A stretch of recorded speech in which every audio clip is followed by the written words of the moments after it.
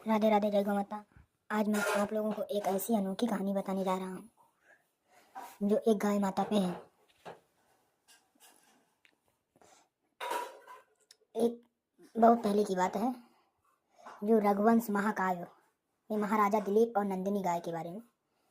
तो एक बहुत ही मनोहर कथा आती है, जिसमें नंदिनी गाय दिलीप राजा की सेवा से प्रसन्न होकर उन्होंने उत्तम संतान तथा सौभाग्य का वरदान देती है। यह कथा गाय माता की महिमा का प्रत्यक्ष रूप से प्रकट करती है। महाराजा दिलीप को वृद्धावस्था आने पर भी कोई संतान प्राप्त नहीं हुई। संतान न होने की चिंता पर वे बहुत ही दुखी और चिंतित रहते थे। एक समय उन्होंने अपनी महारानी के साथ विचार किया और अपने गुरु वशिष्ठ जी से इस संदर्भ पर प्रश्न पूछने की सोची। अतः राजा दिलीप रानी के साथ गुरु वशिष्ठ जी के आश्रम में पहुंचे। आश्रम में पहुंचकर महाराज दिलीप और महारानी ने गुरु वशिष्ठ को प्रणाम किया, उनसे संतान न होने की चिंता व्यक्त की। गुरु वशिष्ठ जी ने महाराज दिलीप को याद दिलाया, एक बार अनजाने में उनसे कामधेनु गाय का अनदाय मतलब अपमान हो गया था, जिसके फलस्वरूप उन्होंने संतान न होने का दुख भोगना पड़ा। साथ ही गुरु वशिष्ठ जी ने कहा, उन्होंने इस पूर्व कर्म को फल को काटने का उपाय भी बताया। उन्होंने बताया कि कामधेनु गाय की पुत्री नंदिनी गाय की सेवा करने से वे अपने कर्म का पश्चाताप कर सकते हैं। यदि नंदिनी गाय उनकी सेवा से प्रसन्न हो जाए तो वह उन्हें शाप से मुक्त कर सकती है। गुरु वशिष्ठ जी ने यह सब सुनकर राजा दिलीप नंदिनी गाय का सेवा व्रत ले लगती हैं और व्रत के अनुसार वे अपनी दासियों को छुट्टी देकर रानी के साथ स्वयं ही नंदिनी गाय की सेवा में लग जाते हैं। राजा दिलीप और उनकी पत्नी गौ माता नंदिनी को मीठी घास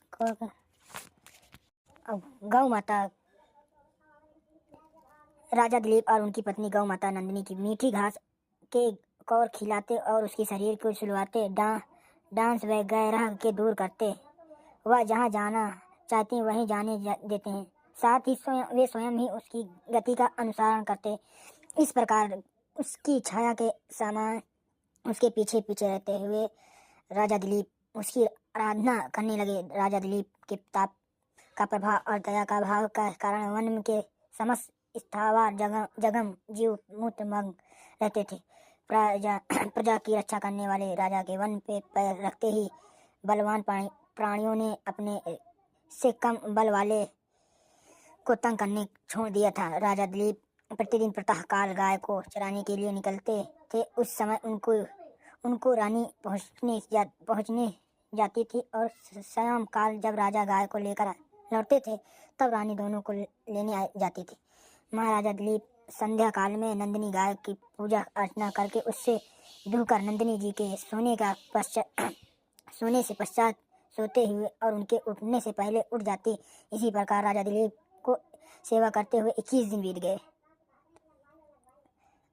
तदनंतर राजा की भक्ति भावनाओं की परीक्षा करने के लिए मुनि की होम धेन एक हिमालय की गुफा में, जिसमें कोमल घास उग रही थी, घुस गई। गाय हिरण पशुओं से सुरक्षित है ऐसे समझकर राजा पर्वत की शोभा देखने के लिए तल्लीन थे। इस बीच एक सिंह आकर गाय के ऊपर झपट, जिसके पता ही राजा को नहीं चल सका। जब राजा को गाय कोई अंत ध्वनि सुनाई पड़ी तब राजा की नजर पड़ी छिप गई।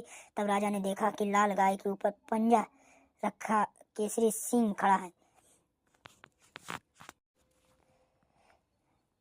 राजा लज्जित हो गया और तरकस से बाण निकालकर ज्यों ही सिंह पर छोड़ने लगे, तभी उन्हें ऐसा जान पड़ा कि उनका दाहिनी हाथ जहाँ का तहाँ रह गया, मानो मंत्र औषधि के द्वारा उनका सारा बाहुबल नष्ट कर दिया है। राजा की यह लालचरी देखकर सिंह ठहाका मर गया और हंसा और बोला, राजा, यह व्रत आश्रम करते हो।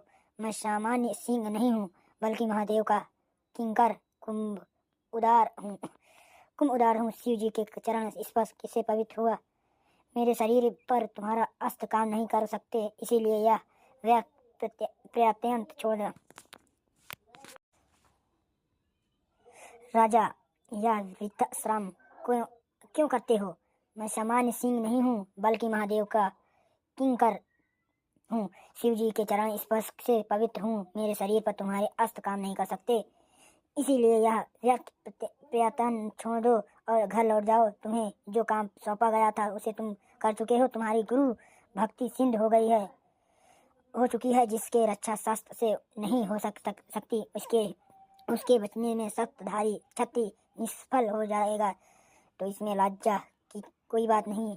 इस पर राजा दीनतापूर्वक जवाब देता है, हे मृगदंत, मैं हिलडुल भी नहीं सकता। इसीलिए मेरा कहना है, तुम्हें हंसाने योग भले ही गलत हो, परंतु यह नंदिनी गाय गुरु अग्निहोत्र जी के कामधेनु का धन है। अपनी आंखों के सामने मैं इन्हें नष्ट होते हुए नहीं देख सकता। इसीलिए तुम्हें मुझ पर कृपा करके मेरा शरीर ले लो और अपनी भूख मिटा लो। कृपा करके महर्षि के इस गाय को छोड़ दो। जहाँ से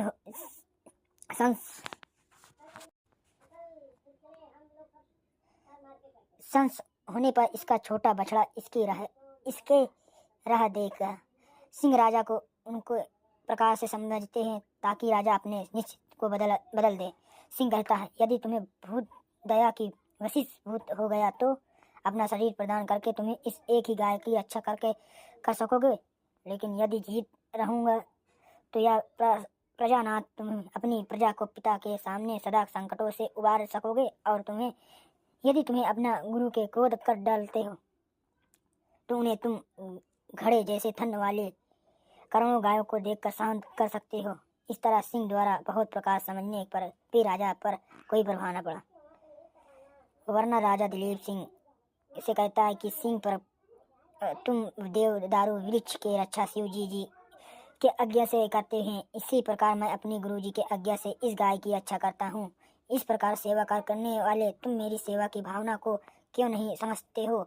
यदि तुम्हें मुझ पर दया आती हो तो मेरे इस नश्वर शरीर पर क्यों करते हो? मेरा जो अमर यश रूपी शरीर है उसके ऊपर दया करो और इस नश्वर शरीर तुम खा जाओ। इस नश्वर शरीर पिंड पर मेरे जैसे मनुष्य को कोई आस्था नहीं होती।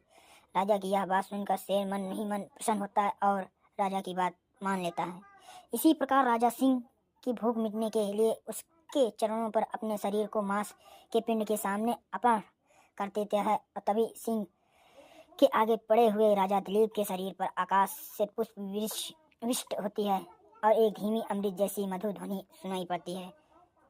राजा दिलीप उठते हैं और सामने देखते हैं कि अपनी जननी के समान वह गौ माता दूध के धार छोड़ती हुई खड़ी हुई और सिंह आदर्श हो गया। माता नंदिनी उनसे कहती हैं, हे सिंह, तुम मेरी ही माया थी। इस माया के द्वारा मैंने तेरी परीक्षा ली। ऋषि के प्रभाव से स्वयं काल भी मेरा ऊपर प्रहार करने में असमर्थ है।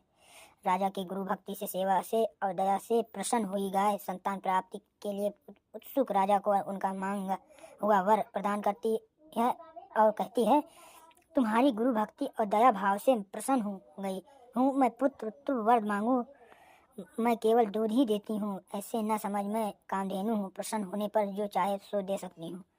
गाय को बचाने में प्राण अर्पण किया जाए तो या करोड़ों गायों का दान पुण्य प्राप्त किया जाए। इस धर्म संकट में एक को चुनने में राजा को देर ही नहीं लगी। फलस्वरूप राजा दिलीप को गौ रक्षा और सेवा का सच्चा मार्ग प्राप्त हुआ, जिसमें पर चलकर उन्होंने समस्त रिद्धि सिद्धि प्राप्त हो गई।